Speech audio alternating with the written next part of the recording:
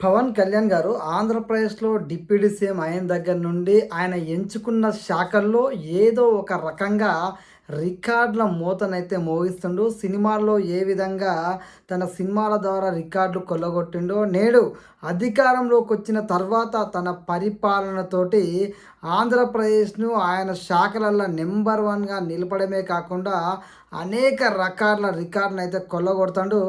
ఆంధ్రప్రదేశ్ ప్రభుత్వం తరపున ఏ రికార్డు సృష్టించినా అది పవన్ కళ్యాణ్ గారి శాఖల ద్వారానే ముందుంటుంది. నిజంగా ఆంధ్రప్రదేశ్ ప్రజలు ఆయనను గెలిపించి ఒక గొప్ప నాయకుడిని గెలిపిస్తే ఏ విధంగా పరిపాలన ఉంటది, ప్రజలకు అభివృద్ధి ఏ విధంగా ఉంటది అనేది పవన్ కళ్యాణ్ గారైతే కళ్ళకు కట్టినట్టు చూపిస్తుండు. మనందరికి తెలుసు గత ఎన్నికలకు ముందు పవన్ కళ్యాణ్ గారిని ఒక్క సీటు కూడా గెలవనీయమని చెప్పి చాలామంది శపథాలు చేసిర్రు. ఆయన మీద శపథాలు చేసిన వాళ్ళందరూ ఓడిపోయినప్పటికీ పవన్ కళ్యాణ్ అనే వ్యక్తి, ఆయన పార్టీ ఒక్క సీటు కూడా ఓడిపోకుండా ప్రజల ఆశీర్వాదంతోటి అధికారంలోకి వచ్చిన తర్వాత ఆ ప్రజలు ఆయన మీద పెట్టుకున్న నమ్మకాన్ని ఆయన నెరవేరుస్తూ ఆయన ఏదైతే శాఖలు తీసుకున్నాడో ఆ శాఖల పరంగా నేడు ఆంధ్రప్రదేశ్ అనేది నెంబర్ 1 స్థానంలో పంచాయతీరాజ్ శాఖ పరంగా నిలబడింది. ఏకంగా 5 అవార్డులను అయితే గెలుచుకోవడం జరిగింది ఆంధ్రప్రదేశ్. 24వ స్థానంలో ఉన్న ఆంధ్రప్రదేశ్ పంచాయతీరాజ్ శాఖ నేడు నెంబర్ 1 స్థానంలో పవన్ కళ్యాణ్ గారు నిలబెట్టిండు. పవన్ కళ్యాణ్ గారు గతంలో ఎమ్మెల్యే కూడా గెలవలేదు, అసలు అనుభవమే లేదు. పవన్ కళ్యాణ్ ఏం చేస్తుండో అనే వాళ్ళకి ఆంధ్రప్రదేశ్ గ్రామీణ పంచాయతీరాజ్ శాఖలో 24వ స్థానంలో ఉన్న ఈ పంచాయతీరాజ్ శాఖను దేశంలోనే నెంబర్ 1 స్థానంలో నిలబెట్టి పవన్ కళ్యాణ్ పరిపాలన ఏ విధంగా ఉంటుందో యావత్ ప్రపంచానికి తెలియజేసిండు. మనందరికీ తెలుసు ఆయన అధికారంలోకి రాగానే ఒకేసారి అన్ని గ్రామ పంచాయతీలల్లో గ్రామ సభలు నిర్వహించి వరల్డ్ రికార్డ్ని, ప్రపంచ రికార్డ్ని ఆయన క్రియేట్ చేసిన విషయం మనందరికీ తెలిసిందే. అదేవిధంగా మారుమూల గిరిజన ప్రాంతాలు, ముఖ్యంగా స్వతంత్రం వచ్చిన దగ్గర నుంచి ఇప్పటిదాకా ఎంతోమంది రాజకీయ నాయకులు వచ్చిండ్రు పోయిండ్రు.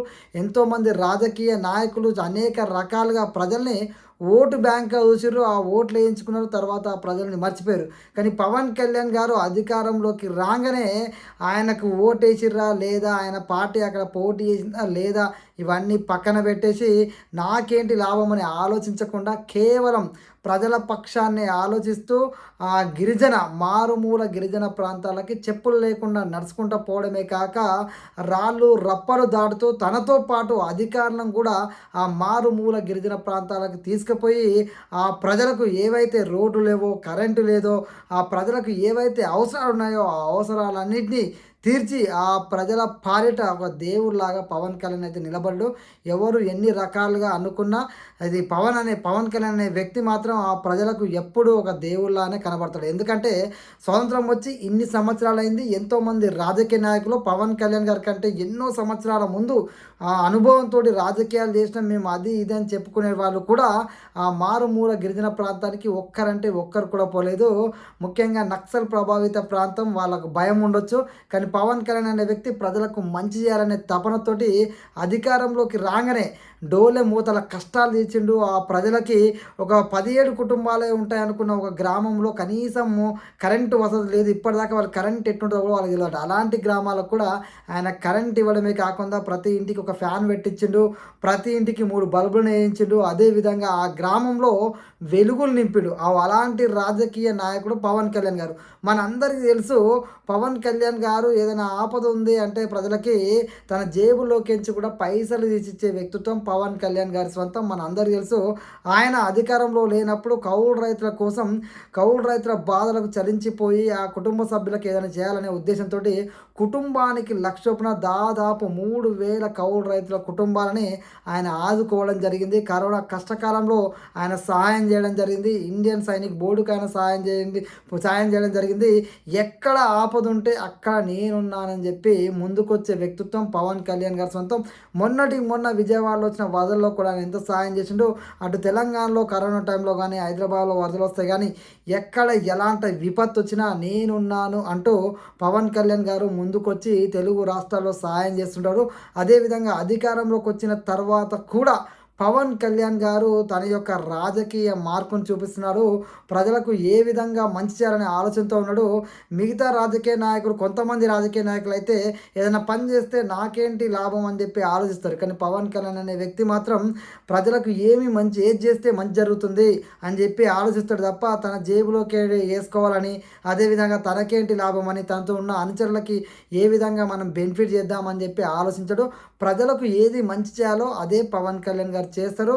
అందుకే పవన్ కళ్యాణ్ గారు ఎన్ని సినిమాల ద్వారా వచ్చిన డబ్బులను కూడా ప్రజా సంక్షేమం కోసం ఖర్చు పెడుతుంటాడు. సొంత జేబులోకి నుంచి పైసలు తీసిస్తాడు. మన అందరికీ తెలుసు, మొన్నటికి మొన్న మన అందరికీ తెలుసు, ఆయన ఆంధ్రప్రదేశ్లో డిప్యూటీ సీఎం అయినప్పటికీ తెలంగాణలోని కొండగట్టు ఆంజనేయ స్వామికి కూడా 30 కోట్ల రూపాయల టీడీ నిధులు మంజూరు చేసినట్టే పవన్ కళ్యాణ్ గారి ఆలోచన విధానం ఏ విధంగా ఉంటుందో మన అందరికీ తెలిసిందే.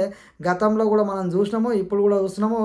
సో పవన్ కళ్యాణ్ గారు ఎప్పుడైతే అధికారంలోకి వచ్చిండో ఆయన తీసుకున్నటువంటి పంచాయతీ శాఖ, అదేవిధంగా ఆయన తీసుకున్నటువంటి ప్రతి శాఖకి ఆయన న్యాయం అయితే చేస్తున్నాడు. మనకు తెలుసు, ముఖ్యంగా ఈ కుంకి ఏనుగులను కర్ణాటక నుంచి తీసుకొచ్చి మరి రైతుల కష్టాల్లో రైతుల పంటను ఖరాబ్ చేస్తున్న ఏనుగులని ఆ కుంకి ఏనుగుల ద్వారా ఆ పంటను ఏ విధంగా రక్షించడం మనం అందరం చూసాం. అట్లా చెప్పుకుంటూ పోతే చాలా ఉన్నాయి.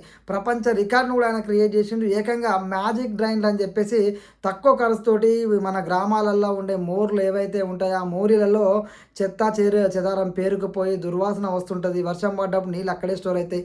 అలాంటి వాటన్నింటికి పరిష్కారం చూపాలనే ఉద్దేశంతో మ్యాజిక్ డ్రైన్లను తక్కువ ఖర్చుతో ఏర్పాటు చేసి ప్రజలకైతే ఒక పరిశుభ్రమైన వాతావరణాన్ని, పరిశుభ్రమైన ప్రకృతితో కూడినటువంటి ఈ యొక్క ఏదైతే మనకి ప్రజలు సురక్షితంగా ఏదైతే పరిశుభ్రతతో కూడిన జీవనం కొనసాగించాలనుకుంటారో అలాంటి వాతావరణాన్ని పవన్ కళ్యాణ్ గారు తన శాఖల ద్వారా ప్రజలకి అద్భుతమైన పరిపాలన అందిస్తుంటే మన అందరూ తెలుసు.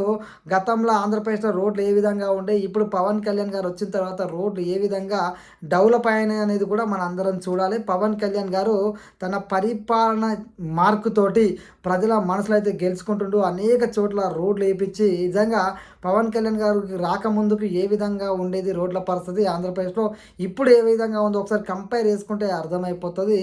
వేరే వాళ్ళని ఎవరినో తగ్గించాలని కాదు, కానీ పవన్ కళ్యాణ్ గారి లాంటి నాయకుడిని గెలిపించి ప్రజలు చాలా గొప్ప పని చేశారు. వాళ్ళ నమ్మకాన్ని పవన్ కళ్యాణ్ గారు ఎక్కడ వమ్ము చేయకుండా ఆ ప్రజలను గెలిపిస్తూ ఆయన పరిపాలన సాగుతుంది. అంటే ప్రతి రాష్ట్రంలో ఉన్న ప్రజలు కూడా మాకు ఇలాంటి నాయకుడు ఉంటే బాగుండని చెప్పి ప్రతి ఒక్కరైతే అనుకుంటున్నారు. మేము కూడా తెలంగాణకి పవన్ కళ్యాణ్ గారు లాంటి నాయకుడు ఉంటే బాగుండు. మారుమూల గిరిజన గ్రామాలైనా, మారుమూల గ్రామ పంచాయతీలైనా, అభివృద్ధికి నోచుకొని పంచాయతీలైనా అక్కడ ఏ పార్టీ అయినా గ్రామ సర్పంచ్గా గెలవచ్చు. కానీ పవన్ కళ్యాణ్ గారు అన్ని గ్రామాలని సమానంగా చూస్తూ అక్కడ ఏ విధమైన అభివృద్ధి చేస్తే బాగుంటుంది, తన పార్టీయా పక్క పార్టీ అని చూసుకోకుండా అభివృద్ధి కార్యక్రమాలకి ఆయన ముందుండి శ్రీకారం చుట్టే విధానం ఏదైతే ఉందో ప్రతి ఒక్కరూ అప్రిషియేట్ చేయాలి. ఇలాంటి నాయకుడు ఉండడం నిజంగా ఆంధ్రప్రదేశ్ ప్రజల అదృష్టం. ముఖ్యంగా గ్రామ పంచాయతీలో 24వ స్థానంలో ఉన్న ఆంధ్రప్రదేశ్ని నెంబర్ 1 స్థానంలో నిలబెట్టినంటే మనం అర్థం చేసుకోవచ్చు. ఇది పవన్ కళ్యాణ్ గారి పరిపాలనకు నిదర్శనం. మీ అభిప్రాయాన్ని కూడా కామెంట్లో తెలియజేయండి. జై హింద్.